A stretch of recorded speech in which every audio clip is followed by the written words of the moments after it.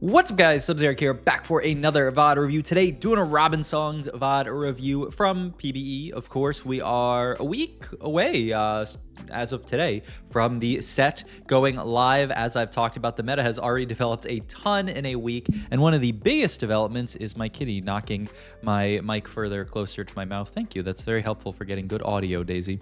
One of the biggest developments has been this new reroll comp that has popped up. We're going to talk about it a little bit more once we start building some of the units onto our board, but I will say this is kind of far and away the strongest reroll line right now, one that people are saying has to be nerfed before live because of its strength right now.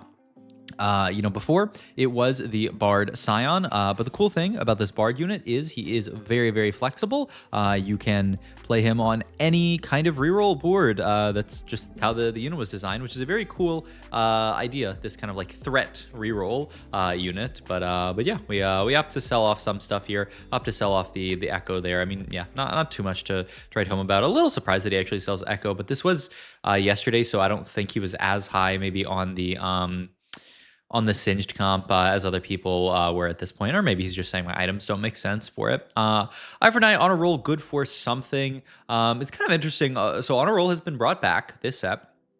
It's been nerfed quite heavily from its previous variations. If you guys used to play on a roll where it had this kind of thing where you could like 2-star unit on your bench and get the free rolls, and so you were like buying and selling a trillion units. It now has this really big caveat where whenever you start up a champion that you fielded last combat, so only the units that are on your board count now. So here, I'll give you guys the kitty cam as well, which does make this augment a lot worse. Means that if you're level 3, you're maximum 2-starring those units and getting 6 rerolls.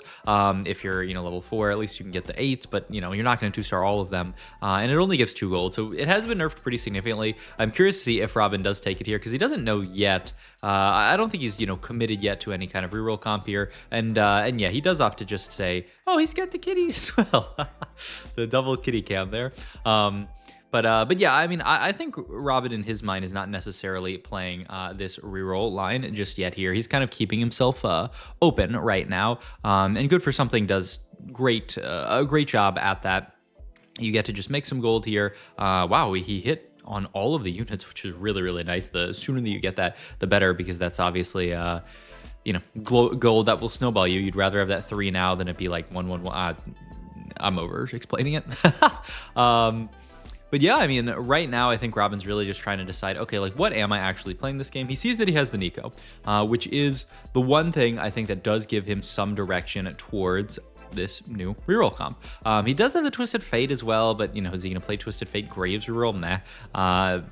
Bilgewater these days is pretty heavily nerfed from its old former self. I did play a good Bilgewater game today. Finally had some time to grind out some Project PBE games, but I was tired, so I didn't actually stream. So maybe I'll stream over the next few days, though I know tomorrow is Thanksgiving, so happy Turkey Day for everybody in America. And doesn't Canada have like a different Turkey Day? I think so. All right, we're gonna go for the roll here to unlock the Bardo here. If you guys aren't aware, then you didn't watch my last Bard video, but Bard has a very weird specific unlock condition. You have to roll 4 times before first carousel here, and Robin wants to get those rolls down. He also does hit a Neeko 2 while he's rolling down there, which is fantastic for his line here. You want to be hitting, I mean, eventually a Neeko 3, who's to say here? And yeah, he is actually going to team planner out the comp here, so now we can talk a little bit more about the comp at large here. Don't throw the Zoe in. I know you love to reroll that guy, but it's not really what you want to look for. And yeah, he does team planner out. Ow! Stop biting me. He does team planner out the board here. He's just missing Orianna. There it is. God dang it. He did it so quick here. Okay, it's this board plus Orianna. I'm gonna pause at the right time like a beast, I think. Yes, I'm a beast. And the kitty ran away because I was too locked in. So here's the idea: is you can play 3 Ixtal, and then you have this really, really nice kind of. I just want to make sure I'm gonna scoop my chair up. I'm not rolling over the cat. You have this really nice combo of units, Orianna and Violet. You get the Piltover, of course, because they're 2 Piltover units. You also get Invoker with Milio and Defender with Neeko. So this board fits beautifully. It rolls 4 2 costs, so it's really, really great. For any augment that cares about the 2 costs, you have like the 2 cost reroll one. I don't think they added back in the 2 costs like gain HP one, but if that does exist, then it would be great with this comp.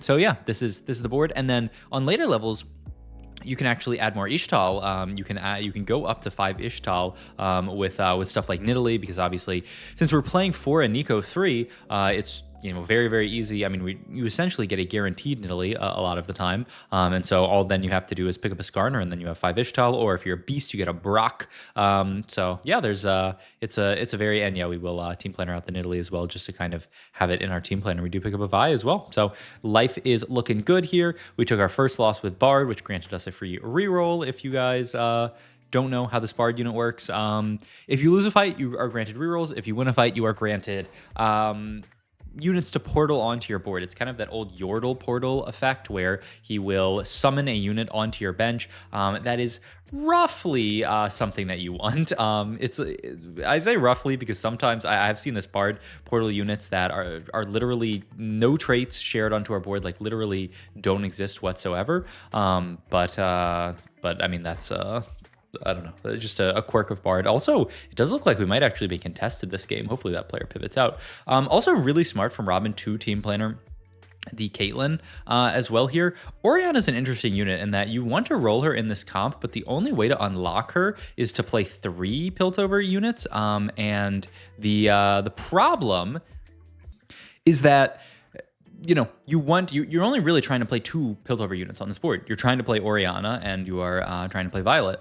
And so if you play, if you were to just roll for the units that are in your plan, you'll never actually unlock Orianna. So you have to keep an eye out for the Caitlyn and the Loris so that you can field them for 1 round to unlock the Orianna, and then you can sell them and play your board as normal. So kind of an interesting little quirk of this board. He's also, he is holding on to a lot of the Kianas here. I mean, there's no harm in going for a Kiana 3. It's a little bit of gold that you dedicate to it, but the upside is you will get an extra doot on your bard. And yeah, let's look at itemization here. He's just going to go for the JG, and then the rest of the items look a bit awkward. I mean, you could make it just a random Gwynsu's and then Steadfast and be done with it, though I don't love it.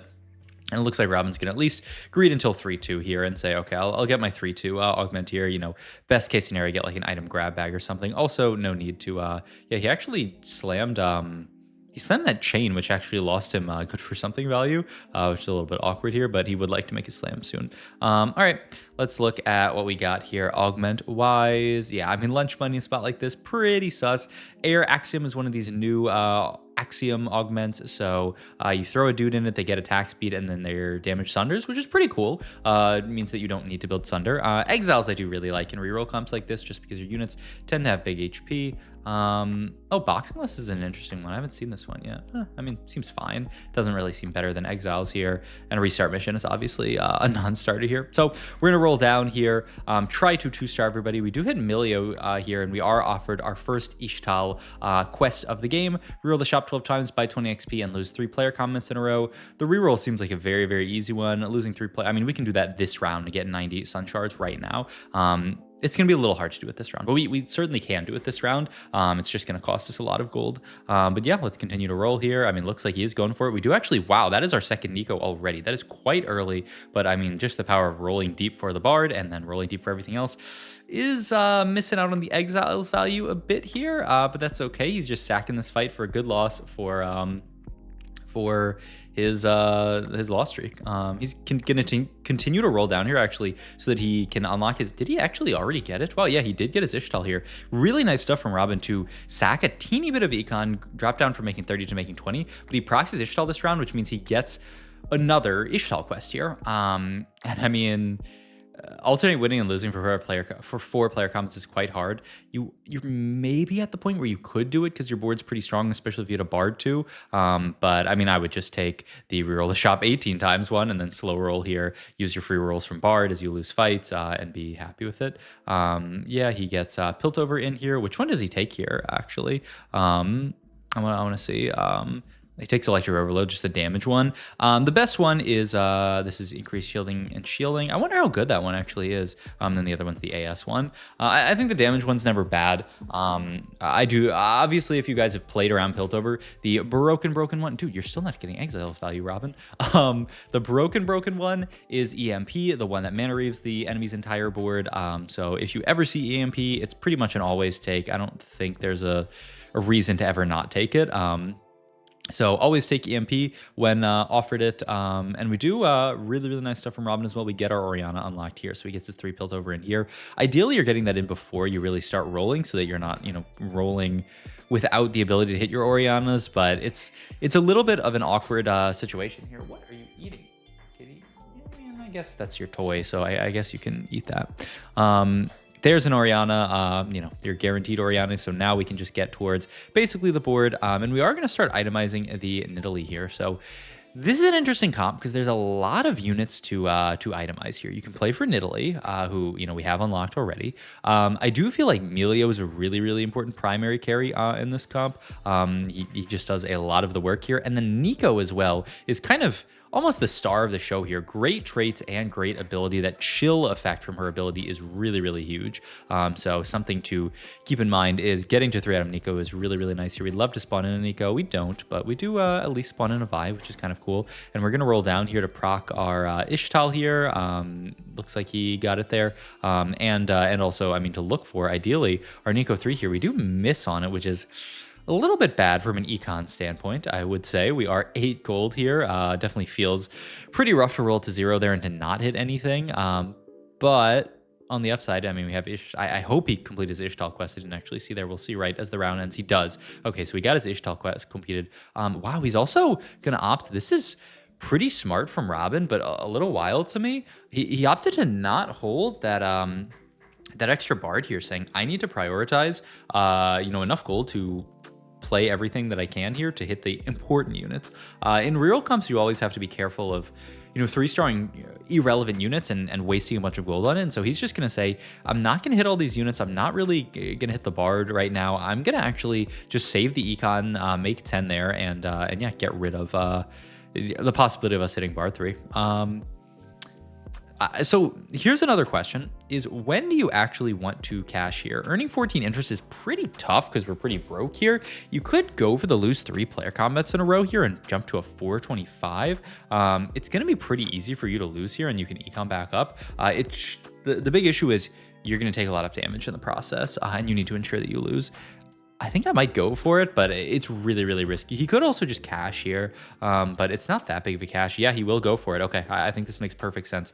Our board's not that strong. We can use these next 3 rounds to econ up a little bit, get our 3 loss here, and then we will hopefully get a big cash out that'll put a lot of resources in our pocket. All right, items wise here, I'm looking at a Warmogs plus maybe Void Staff, and then you use the sword for some kind of last item here. He's gonna even, oh, this is pretty cool. So he takes the Neeko off the board here. 1, to make his board weaker so that he kind of guarantees that he loses the fight, and 2, because it'll actually give him good for something value. So smart stuff from Robin, though.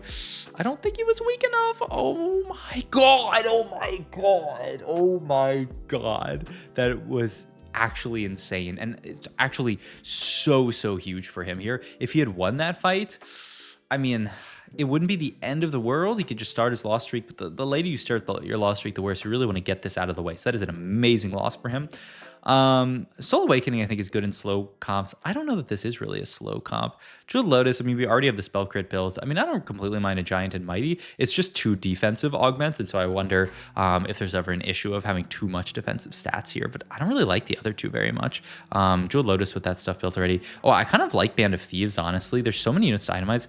Problem is we don't really have them all 3-star. Can't really be bronze for life. So he is actually, wow, he's going to take the stall augment. To be fair, once we do get to Neeko, we are going to have a lot of frontline, and Nidalee can't be targeted during the first few, until Neeko dies.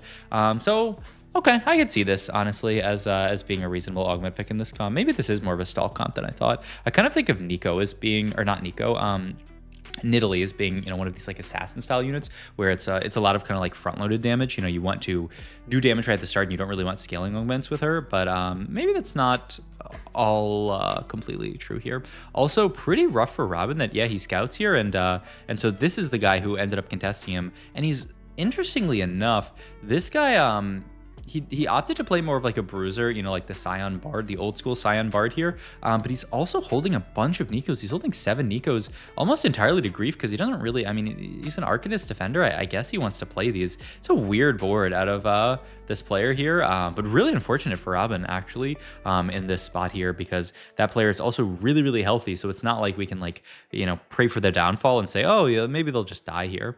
Opts to make the GS Warmogs kind of, I talked about Void Staff Warmogs, but GS Warmogs I think makes a lot of sense as well, and still leaves the Void Staff open here, just makes sure that we get a last item here. 425 Sun Shards collected, so we're almost there to our Brock here, but we are 25 HP. We need to cash out either this round or next round. He's gonna opt to take the Void Staff now, which I think makes perfect sense. So yeah, we either cash here, use this spike, and then get enough Sun Shards to get Brock later, or we take one more quest that says, you know, roll 20 times or something.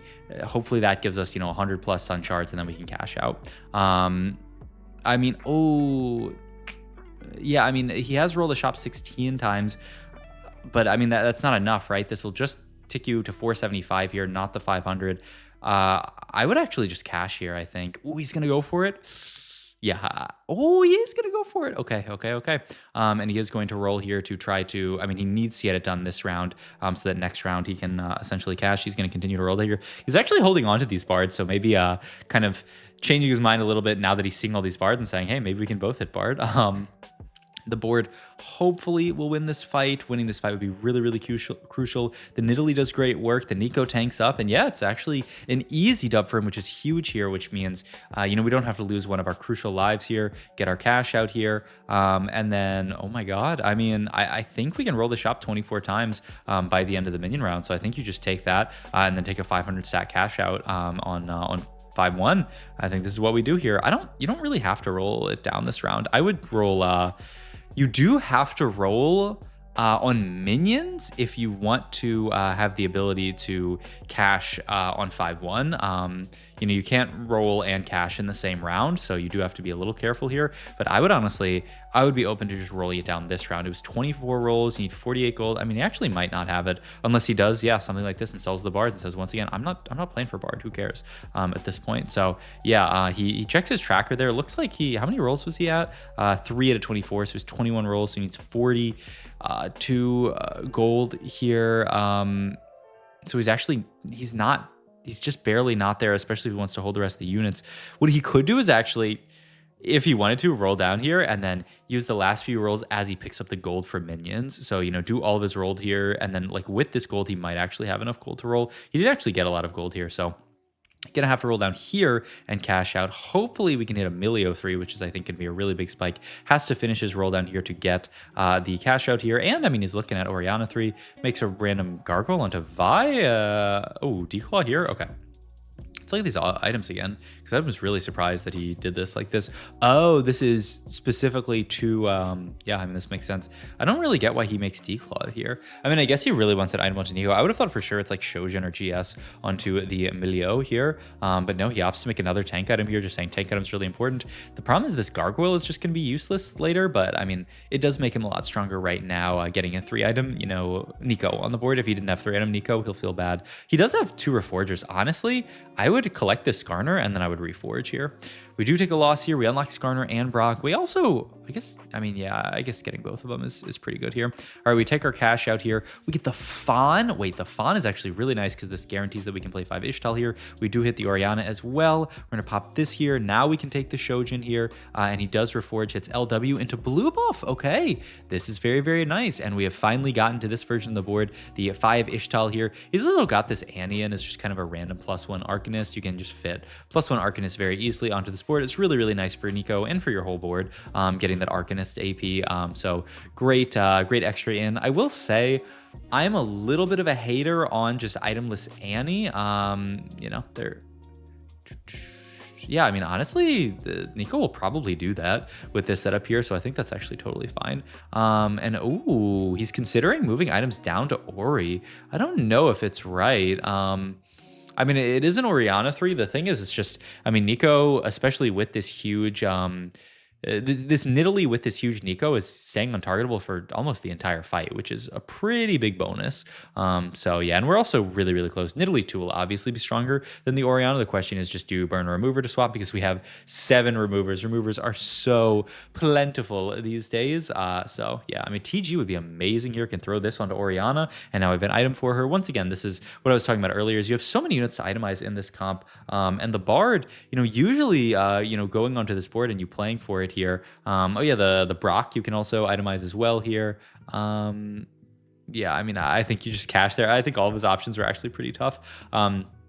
But yeah, this is kind of a weird spot where he actually, since he did not go for Bard 3 because he was contested for Bard, he opted to sell Bard. Normally you'd have a Bard 3 on this board, can easily go in the spot that the Annie is in. But yeah, it's an interesting way that he went about it this game. But I think just good kind of flexible reroll play, which is a funny kind of oxymoron, I think some people would say. I mean, kill 20 enemies seems fine. Win 7 player combats is 1,000. The problem is you only ever get it like really, really late into the game. And obviously, if we win 7 player combats, the game might be over at that point. So Sag, even though it is such a cool cash out. I mean, honestly, Pinky's at 82 HP. He could have tried for it, but he wanted to go for a little bit more of the safer play, take some more of these cash outs, and feel totally fine here. But yeah, top 4 locked in for Mr. Songs here. The Brock with the TG doing great work. Yeah, I mean, I think it was a very good call from Robin. And yeah, anytime, I mean, the Brock is one of the win conditions in this comp, right? If you can pick up Brock, you often will have the ability to win the game just because of the amount of utility and damage that this Brock unit provides here. So definitely, I mean, it's obvious, but play for it when you can here. We're going to roll on 7 here. Interesting. Does hit the Nidalee on 7, so he gets rewarded. I'm kind of surprised we rolled so hard on 7. Going to move over the Void Staff now to the Orianna. Yeah, she does hit multiple targets, right? Yeah, it's a 1 hex circle. So at least you get a little bit of that Void Staff spreading there. So I think there's upside to this. I will say, yeah, you want to make sure. Oh, you did actually move the Orianna 1 hex to the left. Perfect. Yeah, you want to make sure the Orianna is close enough to the Milio that she is shredding Milio's target, or else what's the point? Take a scary loss here, down to 7 HP versus a very, very strong level 9 capped board, Senna 2 and everything there, which is a bit worrying, but we'll see what we can do from this spot here. I mean, you'd love to cap on level 8, but we're a little far from it at this point. And it's funny, the other Bard board is actually here as well, so kind of our contester. I mean, 2 Bard boards in the top 3, though. We are now not a Bard board because we sold our Bard. All right, let's see what the Nidalee can do here. She's doing great work. The Neeko is still tanking up. Nidalee, such an interesting unit because she's not invulnerable. She is just untargetable. So sometimes you'll see Nidalee will even die before she is targetable, which is crazy. Okay, this Concertoin player takes a loss here. I mean, I think we probably have to cash here just because we're getting into a desperate spot here. Wow, wait, we get an anvil here. This gives us a full, I mean, it gave us an item component that ended up being a full item because we had an open component. I mean, that was a great cash out for us. I mean, very, very pleased with that. All right, rotate into the Bard guy here. We swap over to this side here, so we're going to kind of front to back, kill the right side first, which was actually nice because we got to kill the dummy there. And yeah, ooh, Nidalee pops off there. This Nidalee unit, when she starts getting those resets, is actually crazy here. And I think that was enough for us to level now. Can we level here? I see Archangels, red buff. Oh, for some reason, I totally thought we had heal cut already. Wow, wait, this is actually a huge hit for us as well. We get red buff, so we're actually getting heal cut now. Gonna throw it onto the Milio here, so as Fuemigo applies it, just going to apply a little bit better here. And the AS is not bad at all with the Shojin, so yeah, makes sense. And the double mana never really made all that much sense onto the Milio here, so we'll see what we can do here. This fight looking a little scary, but oh my god, the Nidalee jump. The Milio here, 12k damage. This is what I was talking about, is Milio is such a core part of this comp, but you have these multiple carries, right? We're honestly quadra carry here with all of our itemized carries, and then solo tank Neeko, and I guess pseudo tank Brock. Brock is a pretty tank unit, especially with the Exiles shield here, but you can see, I mean, we're starting to win every fight. We'll see if we can outcap this guy. They are, scaling up their Scion on every takedown, so they're starting to get stronger, but I mean, it honestly kind of seems like we just have too much damage, too much util here. We're also it's kind of hilarious, but we are healing up here with our 5 Ixtal here very, very slowly. So we're never going to be to the point where we have another life, but hey, we have 13 HP, so I guess, I mean, that literally is useless soon when it's a final 2 situation like this. But the 5 Ixtal can, if you aren't in the final 2, give you, a spot where sometimes, what a strange shop there, by the way. Will sometimes, put you into a spot where, hey, you can get a, I actually really like the Swain here, by the way. You can, you get a top 2 when it would be a third. I really like the Swain here because Swain actually provides CC, whereas the Annie before, very often she was just not casting. If the Swain actually gets a cast off at 2, I think he did get a cast off right before he died. It was huge here, and what is also huge is Robinsongz winning the game. Really, really fun game showing off this reroll comp. I mean, it's just absolutely nuts. Will, I feel like, certainly be nerfed before live, but we will see, and spam it to get your Project PBE LP if you're in that, or just to win some games. But yeah, hope you guys enjoyed this video. If you did, please like, comment, and subscribe. Check out my Twitch, Spotify, all my links, I'll see you guys in the next video. Thanks for watching as always.